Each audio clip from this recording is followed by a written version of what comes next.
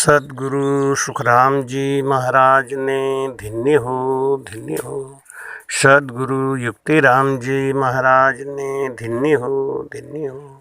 सेठ श्री राधा किशन जी महाराज ने धन्य हो। सद्गुरु रामपाल जी महाराज ने धन्य हो। सद्गुरु आनंद राम जी महाराज ने धन्य हो। परम दयाल सद्गुरु स्वामी जी श्री कुशालदास जी महाराज ने धन्य हो। संत श्री ज्ञानेश्वरी बाई जी महाराज ने धन्य हो।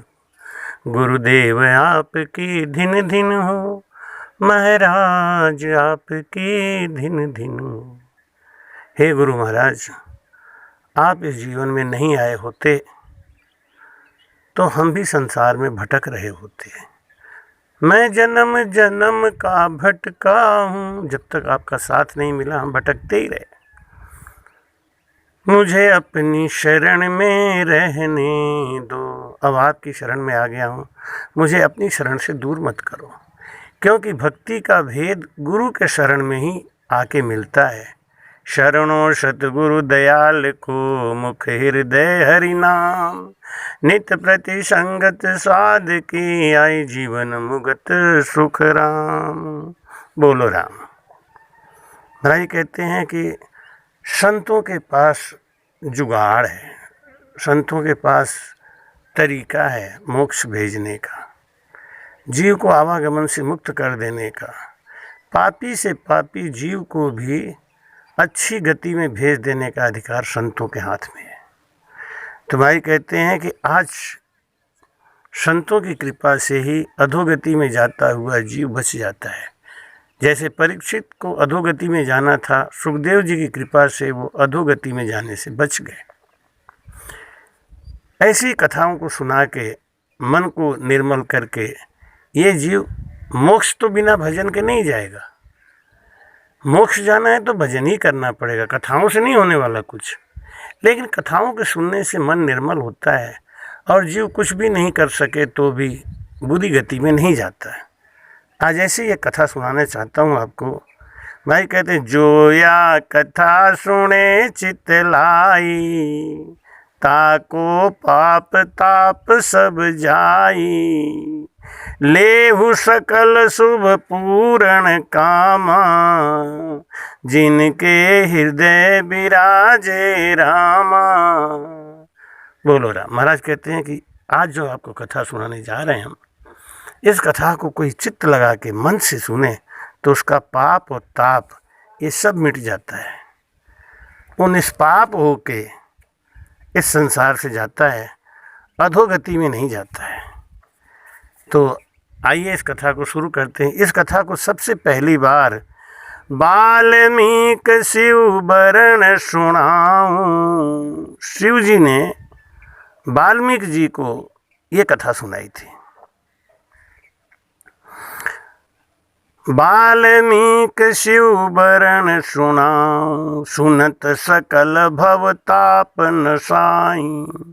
प्रथम जन्म शिवरी को दाखूं, सो सुन उमा आदले भाखूं। बोलो राम।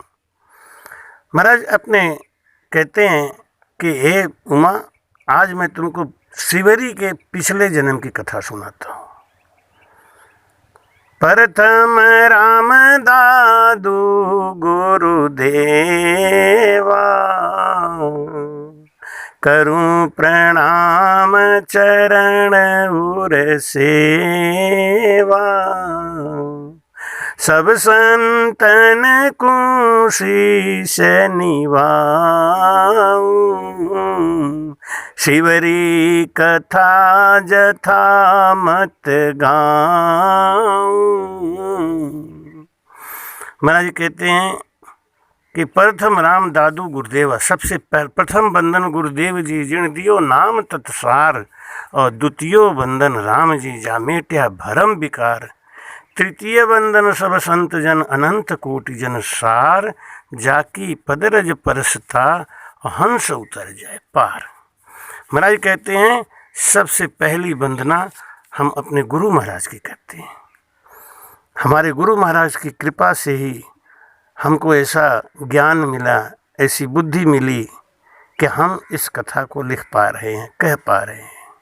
गुरु की कृपा भई उर आई, गेन कैन यथामत बरन सुनाई। जैसी गुरु की कृपा हुई, वो उनकी कृपा से ये ज्ञान मैं लिखने जा रहा हूँ, बताने जा रहा हूँ। तो मैं कहते हैं कि पूर्व जन्म ऋषि पुत्री होई, बेटी बाप भजे हर दोई, बन में रहे राम गुण गावे, मतो आरुण कयो नहीं जावे। बहुत वैराग त्याग अति भारी, आशा तृष्णा दूर निवारी। वहाँ अब विघन पड़्यो एक आई, विधि संजोग मिट्यो नहीं जाई। शिवरी पिछले जन्म में ऋषि पुत्री थी, अपने पिताजी के साथ जंगल में बैठ के भजन करती थी। वन में रहे राम गुण गावे, भजन करती थी। मतो आरूढ़ कहियो नहीं जावे, उनकी भक्ति का वर्णन नहीं किया जा सकता।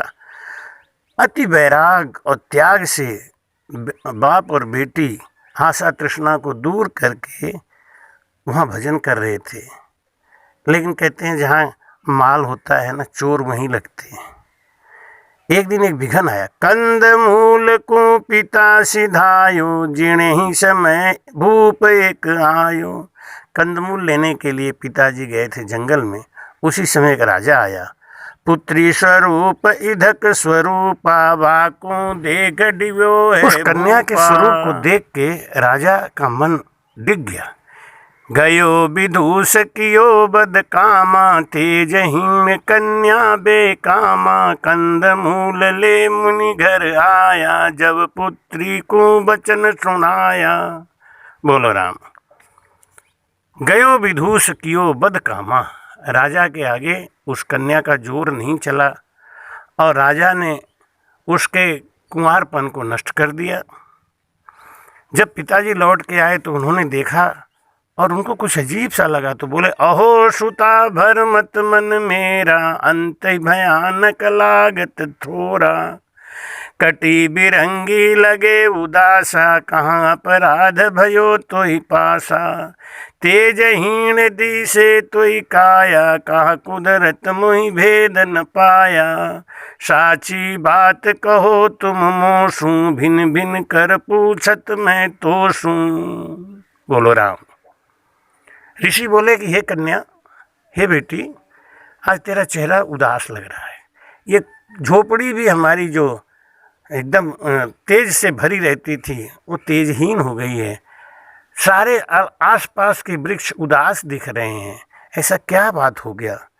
तो सही सही बात बता। तो पूछे पिता साच कहे बाई, मन में शंक न राखो काई। हे बेटी, तुम कोई भी संकोच मत करो, जो बात है सही सही बताओ।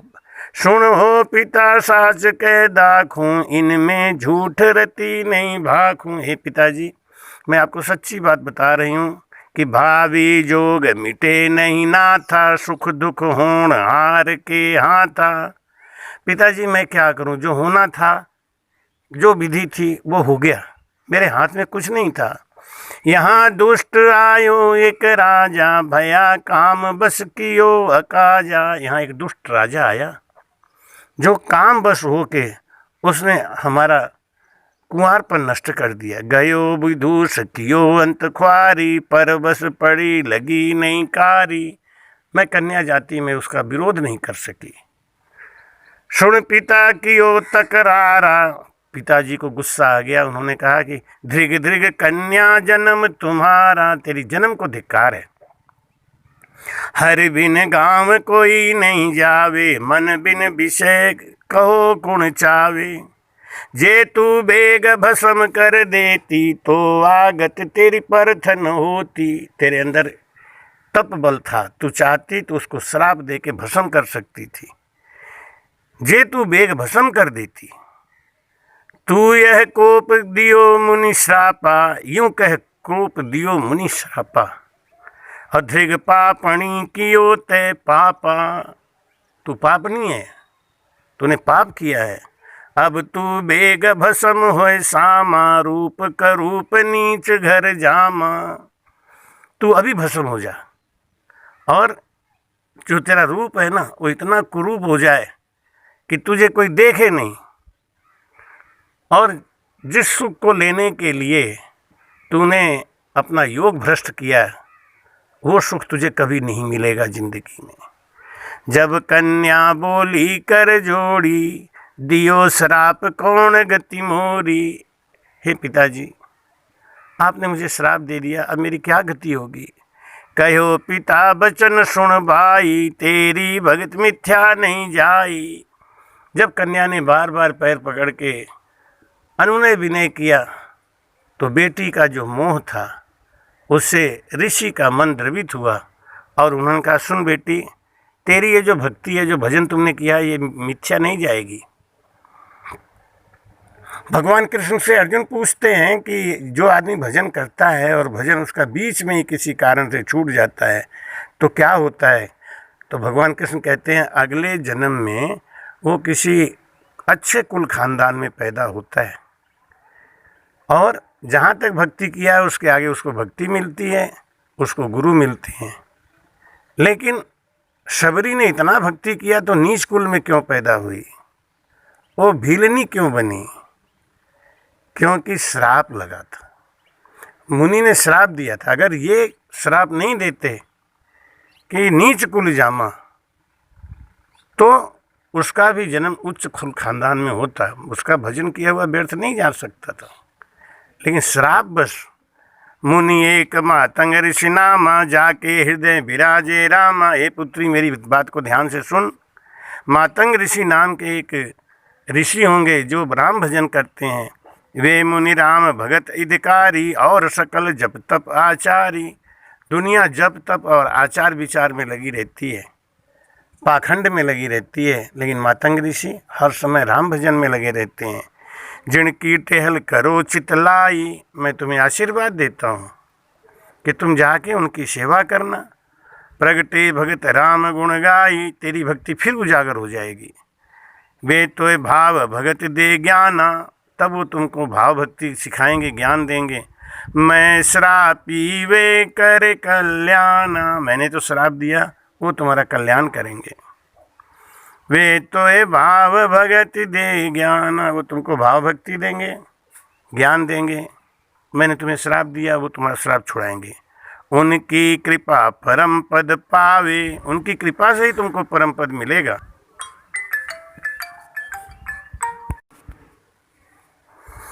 उनकी कृपा परम पद पावे, राम लक्ष्मण तेरे घर आवे। मातंग ऋषि की कृपा से तुम्हारे घर पे राम और लक्ष्मण दोनों आएंगे।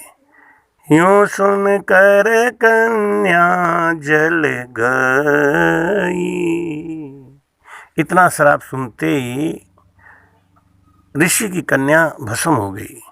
विध संजोग इसी विध भई, दंडक बन को बचन सुनायो, तो पर दुष्ट कर्म होय आयो। अरे बन, तू जीवधारी है, तू चेतन है, तेरे चेतन होने से क्या फायदा। तेरे सामने इतना बड़ा अत्याचार होता रहा और तू देखता रहा। तू अगर गिर गया होता मेरे झोपड़ी के ऊपर तो दोनों खत्म हो गए होते, ये पाप नहीं होता, नष्ट हो जाता। लेकिन तू इस लायक नहीं रहा। हरे राम। हमारे कहते हैं, सू को बेग हरियो नहीं रेसी। तुम सूख जाओ, तुम कभी भी हरे नहीं बनोगे। और किया कर्म का तू फल लेसी, जैसा कर्म किया है वैसा फल भुगतो। सू को कान व कानन, सू को कानन बार न लायो। देर नहीं लगी, पूरा दंडक बंद सूख गया। कन्या जन्महीन घर पायो, कन्या का जन्म भील के घर में हुआ। बोल्यो कानन सुनो गोसाई। वो वन ऋषि को प्रार्थना करता है कि दियो श्राप दोष मोय नाई। आपने मुझे अनायास ही श्राप दे दिया, अपना गुस्सा आपने मेरे ऊपर उतार दिया। जब मुनि बचन कहो ते ही बारा, सुनो हो कानन बचन हमारा। बार बार वो दंडक बन ऋषि के कदमों में गिर के प्रार्थना करने लगा। तब ऋषि बोले, अपनी भार बद भरपूर, जात धान दुख दे क्रूर। जब भू ब्रह्मा पास पुकारे, विष्णु कला अवतार पधारे। ऋषि ने कहा कि ऋषि को दया आ गई दंडक वन के ऊपर, तो बोले कि जब पृथ्वी और ब्रह्मा विष्णु के पास जाके प्रार्थना करेंगे कि मेरे ऊपर अवतार लो, त्रेता युग में विष्णु कला अवतार पधारे, और जब विष्णु की कला अवतार लेगी तो अवधपुरी दशरथ सुत राम। अवधपुरी में दशरथ का पुत्र बन के जब वो प्रगटेंगे तो आप निरंजन राम। अनुज भ्रात प्रगटे जहाँ अहिपति, सीता शक्ति हुई जहाँ समरती। जन्म सुता जनमे जग माता, वाकु परणे श्री रघुनाथा। मात बचन सो पिता बखा बंधासी, जब तीनों बनवास सिधासी। तीनों चरण आय यहाँ धरसी, उतरे पाप पावन तोय करसी। मुनि ने कहा कि असुरों के महापाप से त्रस्त पृथ्वी जब ब्रह्मा जी से निवारण हेतु प्रार्थना करेगी, तब विष्णु भगवान अवतार लेके पृथ्वी पे आएंगे, जनक की पुत्री सीता से शादी करेंगे। माता कैकेयी के 2 वरदान के बंधन के कारण राम लक्ष्मण सीता 14 वर्ष के वनवास हेतु जब आएंगे, यहाँ जब उनका चरण पड़ेगा तब तुम्हारा कल्याण होगा। दंडक बन पग धरे बिशंबर, उतरे श्राप हरियो हुए डंबर। जब बन कूप जो विश्वासा, हरियो होने की बंध गई आशा। दंडक बन को बड़ी खुशी हुई कि चलो आज नहीं तो कल हम कभी न कभी हरे तो हो ही जाएंगे। कन्या जन्महीन घर लियो, शिवरी नाम तास को दियो। रूप भयानक दसन कराला, मोटा हांचल अति विकराला। बाकू भील न परणे कोई, मात पिता मन सासा हुई। कियो ब्याव गुपत परणाई, आगे कथा कहूँ समझाई। कन्या जन्महीन घर लियो, ऋषि पुत्री ने शिवरी के नाम से एक भील के घर में जन्म लिया। रूप भयानक दसन कराला, और मोटा आंचल अति विकराला। वो बहुत ही भयानक रूप था। उसका रूप देख के बच्चे उसके संग कोई खेलते नहीं। बाकू भील न परणे कोई, उसकी शादी नहीं हो रही थी, कोई भील उससे शादी करने के लिए तैयार नहीं होता था। तो पिताजी ने विचार किया कि अब अपनी कन्या की शादी में कैसे करूं, कन्या कुंवारी तो रख नहीं सकते घर में। तो पिता ने कहा, अपने बिरादरी में दूर दूर तक खबर फैला दिया कि मेरी पुत्री से वही बहादुर लड़का शादी कर सकता है जो शाम के वक्त अमावस्या की रात में बारात लेके आए, रात में ही विदा करा के ले जाए, सूर्योदय से पहले अपने घर में प्रवेश कर ले।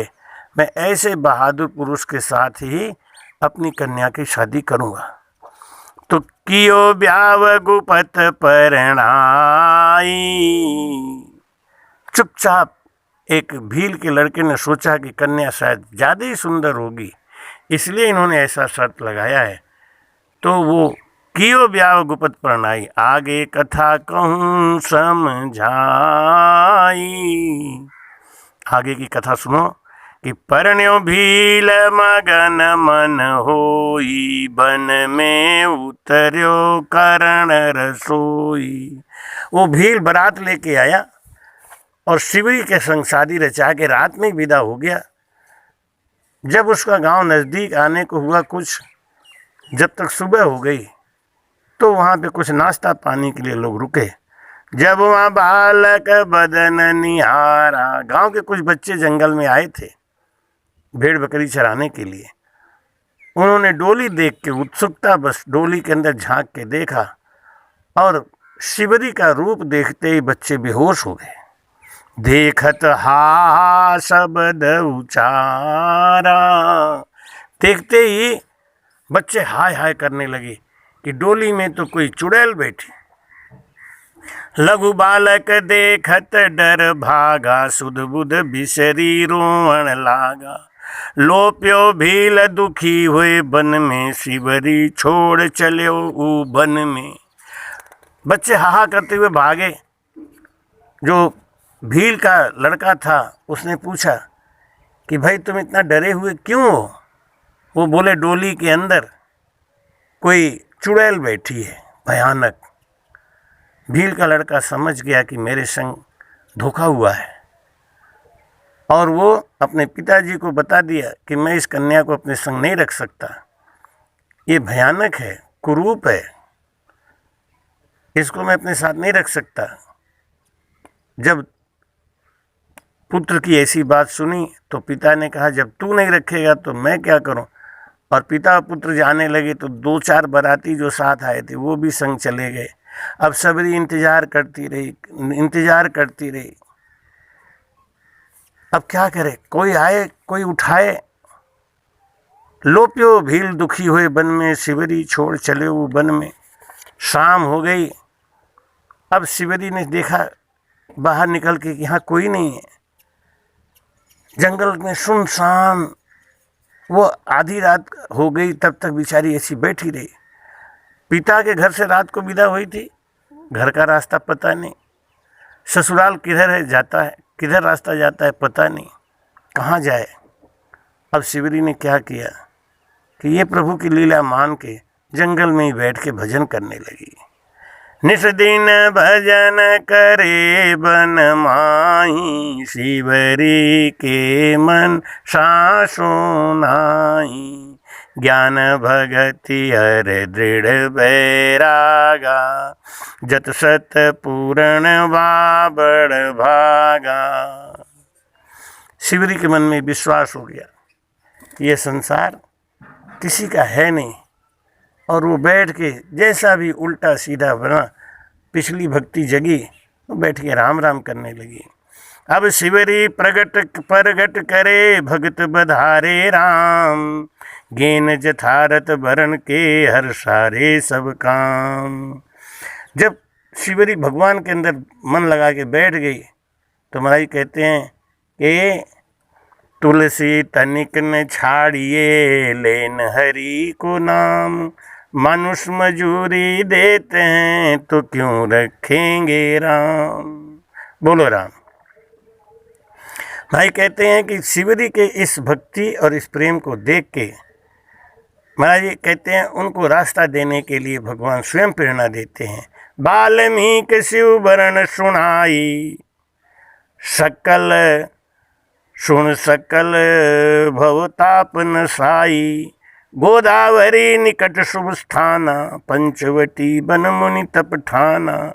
ऋषि मतंग इधक तपधारी, बलकल आसन बसन फलारी। उद्र समान इधक नहीं संचे, जेता लावे साजुन बंचे। वो सबरी गोदावरी नदी के किनारे आई और किनारे किनारे चलते चलते चलते एक जगह कुटिया में देखा तो कहीं कोई छोटा छोटा दीपक जल रहा था। वो मातंग ऋषि का आश्रम था। मातंग ऋषि जितना भोजन लाते थे, जितनी लकड़ी लाते थे, उतना ही रोज खर्च करते थे, दूसरे दिन के लिए बचा के नहीं रखते थे।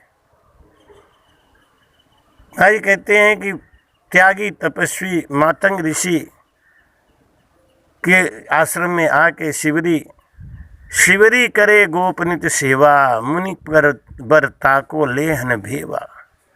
शिवरी करती क्या, रात को जब सब ब्राह्मण सो जाते, सब वहाँ पंडित जितने थे वेद ज्ञानी, वो सब जब सो जाते तो चुपचाप जाती, उनकी सेवा करती, जूठन से अपना पेट भरती और फिर सुबह जाके छुप जाती। फिर वो जाके छुपी बैठी रहती। लकड़ी भार एक तन डारे, प्रातः देख मुनि कोप उचारे। लकड़ी लाके वहाँ इकट्ठा कर देती। एक दिन मुनि ने देखा कि ये लोग सवेरे सवेरे लकड़ी कहाँ से ले आए, इसका मतलब कल की बासी रखी हुई लकड़ी से खाना बनाएंगे। गुस्सा बोले कि तुम लोग बासी लकड़ी का खाना खिलाते हो क्या, बासी लकड़ी का खाना खिलाते हो। अहो बाल सिख मन का हीना, बासी लकड़ी धरे न चैना। उधर समान अधिक नहीं लइए, जथा चकोर लोभ पर दइए। अरे तुम लोग कितने अज्ञानी हो गए हो, बासी लकड़ी रखते हो अपने घर में। संत को चाहिए जितने में उसका पेट भर जाए बस उतना ही संग्रह करे। तृष्णा घटे मिटे सब दोषा, तब ही जीव ले पद मोखा। जब तक जीव के अंदर तृष्णा लगी है, इच्छा है, वो मोक्ष कैसे जा सकता है। जब तक तृष्णा नहीं मिटेगी, तृष्णा घटे मिटे सब दोषा, जब तक तृष्णा नहीं मिटेगी, दोष नहीं मिटेगा, तब तक जीव मोक्ष का अधिकारी नहीं होगा। अब जितने भी उनके पास शिष्य थे, सुन गुरुदेव बचन अभिरामी, बोले शिष्य न राखत स्वामी। शिष्य लोग बोले कि गुरु महाराज हमने ये लकड़ी नहीं ला के रखी है। जब मुनि कहे चोर कोई आई, जब तब हरे दूर कहीं जाई। मुनि ने कहा तो तुम्हारी सेवा जो कर रहा है ना, वो तुम्हारा जप और तप चुरा रहा है, कोई चोर है। सावधान सब हाथ न आवे, मुनि हर अधिक अचंभो पावे। सावधान होके अपने भक्ति को बचाओ। वो कौन है जो चोरी से तुम्हारी भक्ति को हरण कर रहा है। एक दिवस पकड़ी दुज चेला, गे किस मारी कर हेला। धूजे गाथ नाथ मोए मारो, मैं कीनो अपराध तुम्हारो। एक दिन सब शिष्य लोग सोने का नाटक किए। शिवरी माता ने देखा कि सब ज्ञानी सो गए हैं, तो वो धीरे से चुपके से घर में प्रवेश करी और प्रवेश करके और धीरे से सब जूठन अपना इकट्ठा करके भोजन किया, ग्रहण किया और लकड़ी लेने चली गई। लकड़ी ला के जैसे रखी, ज्ञानियों ने उनको पकड़ लिया और उनको मारने लगे। शबरी बोली सही बात है, मैंने चोरी करी है, जूठन खाया आपका, बिना आपसे पूछे आपका अन्न खाया, इसलिए आप मुझे मारो, खूब मारो। सुनी शोर मुनि बाहर आए। शोर सुन के मातंग ऋषि बाहर आए। देखा दशा तन शुद्ध बिसराए। ऐसी कन्या को देख के उनका मन विचलित हो गया। जथा दीप भोडल नहीं छाना, तैसे शिवरी तेज लखाना। शिवरी के चेहरे पे तेज देख के, भजन का प्रभाव देख के मुनि बड़े प्रभावित हुए। कही कौन तुम शिवरी नामा, जात भीलनी अघ की धामा। भक्त जान मुनि कंठ लगाई, माथे हाथ धरत सुख पाई। पूछा तुम कौन हो बेटी। शबरी ने अपना पूरा परिचय दिया। पिता ने घर से निकाल दिया, पति अपने घर ले नहीं गया, मैं जंगल में भटक रही हूँ, कहाँ जाऊँ। करुण कथा सुन के मुनि मातंग ऋषि ने उनको अपने गले से लगा लिया। दियो ज्ञान हरि ध्यान बतायो, उनको ज्ञान दिया, सांसों सांस भजन बता दिया। मुनि मातंग सिखा सुख पायो। सब सु कहे सुनो द्विज मूढ़ा, शिवरी नारायण पद ढूंढा। कुल अभिमान नहीं सुख पावे, जथा बांस बन राय जलावे। लघु बादन तर पावन सारा, आक ढाक सब करे उघारा। भाई कहते हैं कि जैसे बांस अपनी आग से खुद जलकर पूरा वन को जला देता है, ऐसे इंसान को उसका अभिमान उसे मुक्त नहीं होने देता। ये बहुत ज्ञानी है, भजनानंदी है, इसको रास्ता मिल चुका है, इसलिए इससे तुम लोग नफरत मत करो, इससे प्रेम करो। शिवरी सन्मुख अति दुख पावे, भक्तिहीन मुनि महिमा गावे। वन में बिचरे अंशाचारी, कंद मूल फल लेत आहारी। मातंग ऋषि के मुख से अपनी महिमा सुनकर शिवरी दुखी होती है, उदास होती है कि मेरे अंदर तो ऐसी कोई कला गुण नहीं है, गुरुजी मेरी महिमा क्यों कर रहे हैं। दिन भर शिवरी एकांत जंगल में फल फूल खाकर भजन करती। परम धाम मुनि करत पयाना, शिवरी को हरि निकट बुलावा।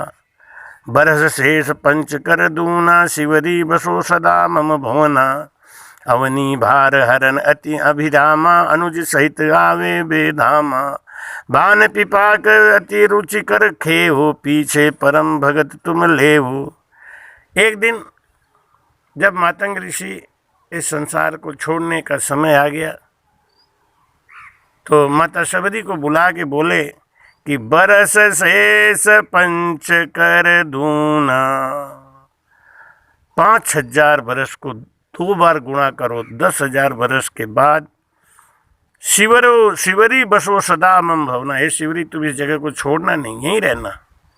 क्यों कि अवनी भार हरण अभिरामा, इस पृथ्वी का भार हरण करने के लिए विष्णु के अवतार दशरथ के पुत्र भगवान राम अनुज सहित आवे वेदा, अपने भाई के संग यहाँ आएंगे तो तुम उनका कल्याण करना।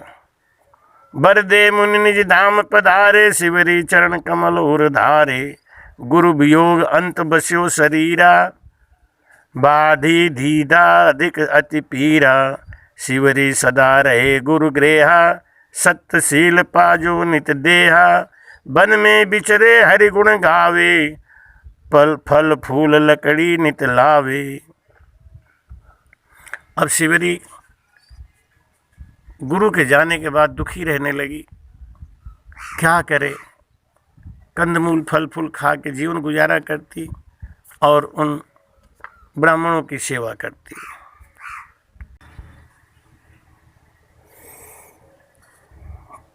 जब मातंग ऋषि का शरीर छूट गया तो उनके शिष्यों ने शबरी को आश्रम से बाहर निकाल दिया। आश्रम से बाहर निकाल दिया, लेकिन शिवरी ने सोचा कि मैं तो गुरु का वचन पालन करूंगी, मैं इस स्थान को छोड़ के नहीं जाऊंगी। शिष्यों ने कहा कि तुम यहाँ रहोगी तो हम यहाँ नहीं रहेंगे, क्योंकि तुम स्त्री जाति हो और हमारी सेवा के लायक नहीं हो। शिवरी ने सोचा कि इनके यहाँ रहने से हमको भजन भक्ति में बाधा पड़ेगी, इसलिए पास में ही दूर जाके कुटिया एक बना ली और वहीं पे बैठ के भजन करती रही।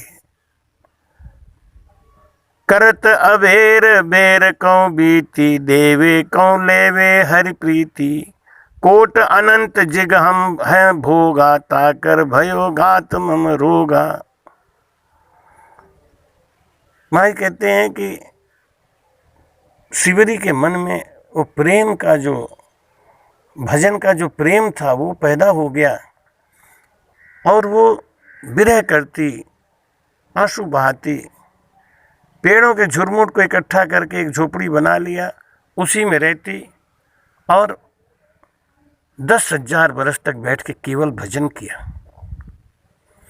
10,000 बरस बीतने के बाद उसको आस बन गई कि अब प्रभु राम आएंगे। कब आएंगे गुरुजी ने कोई समय नहीं बताया, तो रोज़ वो रास्ता बुहारती, रास्ते में फूल बिछाती और बेर चुन चुन के ला के रखती कि प्रभु पता नहीं कब आ जाएंगे, कब उनको हमें भोजन कराना पड़ेगा। रोज इंतजार करती, शाम हो जाता तो उदास मन से अपने झोपड़ी में लौट आती और वही जो बेर प्रभु के नाम से इकट्ठा किए थे वही खा के सो जाती। फिर सुबह रास्ता बुहारती, फिर फूल बिछाती, यही उसका रोज का नियम था। एक दिन भगवान ने कृपा करी और उनकी कुटिया में प्रवेश किए। पावन पतित बिड़द उर धारे, आज काल मम राम पधारे। भिलनी बैठी बैठी रोती सोचती, आज कल में कभी न कभी तो राम जी आएंगे। और एक दिन जब वो आ गए तो आवाज़ लगाई, माता माता तुम कहाँ हो? माता फूल बिछा रही थी, दौड़ती हुई उसी फूल के ऊपर से भागी भागी आई। इसीलिए कहते हैं, देखो शिवरी ने फूल बिछाया था भगवान राम के लिए, तो उस पे चल के शिवरी ही आई। आज कहते हैं कि भला किसी का कर न सको तो बुरा किसी का मत करना, फूल नहीं बन सकते तो तुम कांटे बन कर मत रहना, कांटे बन कर मत रहना। जो तो के कांटा बोवे ताको बो फूल, वाके सूल तो सूल है और ताक वाको फूल तो फूल। जिसको सूल है उसको सूल है, जिसको फूल है उसको फूल। जो बोएगा, 4 वेद 6 शास्त्र में बात मिली है दो, सुख दिया सुख होते हैं और दुख दिया दुख हो। दूसरों को दुख देने से अपने को दुख मिलेगा, दूसरों को सुख देने से सुख मिलता है। भगवान श्री राम लक्ष्मण सहित माता शिवरी की कुटिया में जब पधारे, आवाज़ लगाई, भागती हुई शिवरी आई, उसी फूल पर से होते हुए प्रभु के सीने से लग गई। प्रभु ने माता शिवरी की दशा को देखा तो प्रभु की आंखों से आंसू बहने लगे। इतने आंसू बहे कि माता शिवरी का 10,000 बरस का केस मैला पड़ा, धुल गया। भगवान बैठ के बोले, निज आसन बैठे हरियाई, भोजन लाव भूख अति बाई। प्रभु समझते थे उनके मन की भावना को और बोले, हे शिवरी माता, तुम मुझे लाके भूख दो, भोजन दो, मेरे भूख को शांत करो। करत अबेर बेर कौ बीती, देवे कौ लेवे हरि प्रीति, कोट अनंत जिग हम हैं भोगा, ताकर भयो घात मम रोगा। प्रभु बोले, हे माता, आज तुम्हारा ये फल खा के, कोटि जन्मों का जो यज्ञ फल हमने खाया था उसे खा खा के अपच हो गया था। आज आपका ये फल खा के, ताफल खात बिता सब भागी, सुखी तन ज्यों सुधा तन जागी, ऐसे रहे रैन दिन एका, कथा सुनी अति परम विवेका। प्रभु ने माता शिवरी का वो फल खाया और माता को सम्मान दिया, माता को संतुष्ट किया। भगवान ने संदेश दिया कि कभी भी अन्न का अपमान नहीं करना चाहिए, जैसा भी अन्न सामने आवे उसको सम्मान दे के ग्रहण करना चाहिए। कैसा भी अन्न हो, किसी का भी हो, अगर प्रेम से लाया गया है तो उसको सम्मान दे के उसको ग्रहण करना चाहिए, उसका निरादर नहीं करना चाहिए। लक्ष्मण जी को बेर दिया खाने को तो लक्ष्मण जी ने बेर का अनादर किया, जो संजीवनी बूटी बना और उससे लक्ष्मण के प्राण बचे। ये भक्त का परिणाम है। इसलिए हरिजन के घर जाय कि अनजल करे आहार, इन गुण से सुखराम के उपजे भक्ति विचार। भक्ति पैदा हो जाती। प्रभु श्री राम ने मुनिवर वास शिवरी अपमानी, और निकट वीर भय रुधिर समानी। इधर क्या हुआ, जो शिष्य लोग थे वहाँ 7 जल कुंड था, 7 जल का कुंड खून के समान लाल पड़ गया था। 7वां खराब होने वाला था तो सब ऋषि लोग वहाँ से स्थान छोड़ के जा रहे थे। रास्ते में प्रभु श्री राम मिले, प्रभु श्री राम को ला के अपने कुटिया में सेवा करी। उनकी सेवा से प्रसन्न होकर प्रभु ने कहा कि आप सब भाग्यशाली हैं, इतना बढ़िया दिव्य आश्रम है, मातंग ऋषि जी का, इसको छोड़ के क्यों जा रहे हैं। उन लोगों ने कहा कि मेरे पास 7 जल कुंड थे जिनमें 6 का रक्त जैसा वर्ण हो गया है जल का, अब ये 7वां भी खराब होने को आया है, इसलिए हम लोग ये जगह छोड़ रहे हैं।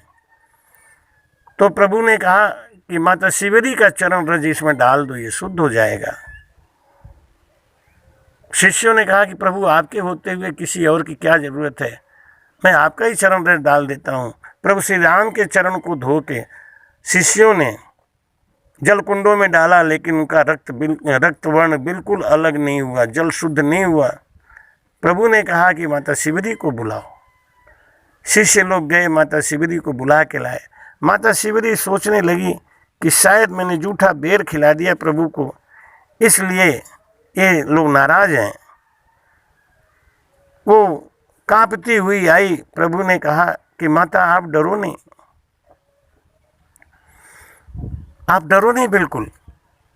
ये शिष्य है ना, ये ज्ञानी लोग हैं, इनमें भक्ति की कमी है, आप भक्ति का प्रचार करो। अति आतुर शिवरी तहाँ आई, देख नीर अति इचरज पाई।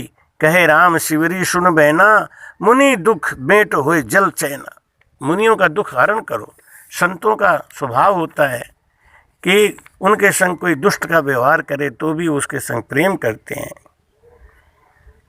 माता शबरी के चरण को धो के प्रभु ने जल कुंड में डाला, और जैसे जल कुंड में डाला सारे कुंड निर्मल हो गए।